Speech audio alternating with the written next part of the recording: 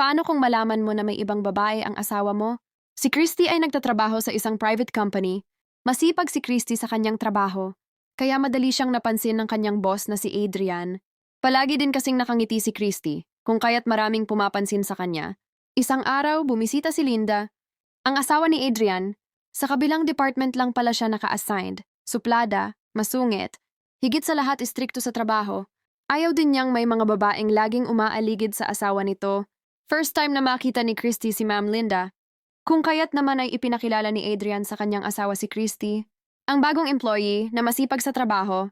Dahil sa papuri ni Adrian ay bigla na lang sumimangot si Linda. Pagkatapos mag-usap ng mag-asawa, umalis na si Linda at bumalik na sa kanyang department. Habang lumilipas ang araw ay napapansin ni Christy ang kakaibang tingin ni Adrian sa kanya, mga tingin na may lagkit. May ibang ibig ipahiwatig dahil dito, hindi maiwasan na kiligin si Christy dahil sa gwapo naman talaga itong boss niya. Isang araw, lunchtime nila at niyaya siya ni Adrian mag-lunch sa labas. Pumayag naman si Christy. Habang kumakain sila sa restaurant, masaya silang nag-uusap at napahawak si Adrian sa kamay ni Christy. Ang hindi nila alam, may nakamasid pala sa kanila sa kabilang table. Kinukunan sila ng video. Simula noon araw na iyon, ay lalo pa silang naging malapit sa isa't isa. Mas madalas ang kanilang paglabas dahil maraming pagkakataon si Adrian. Wala kasi si Linda, nasa out of town kasama ang boss nito para sa negosyo. Isang araw, mainit ang tagpo, mainit ang mga tingin ani Adrian at Christy sa workplace nila. Yung mga tingin na makasalanan, nagtagpo ang kanilang mga tingin na parang may ibig ipahiwatig. Maya-maya pa ay pumasok si Adrian sa office niya. Konting sandali lang ay sumunod naman si Christy sa office nito. At sa loob ng office ay may kasalanan na nagaganap.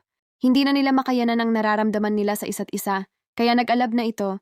At dito sa office ay naganap ang isang pagtataksil. Wala silang pakialam sa bawat sandaling nababalot sila ng init. Isang mahinang ungol lamang ang kanilang napapakawalan. Minadali nga ni Adrian dahil nag-alala na baka may pumasok sa office nito.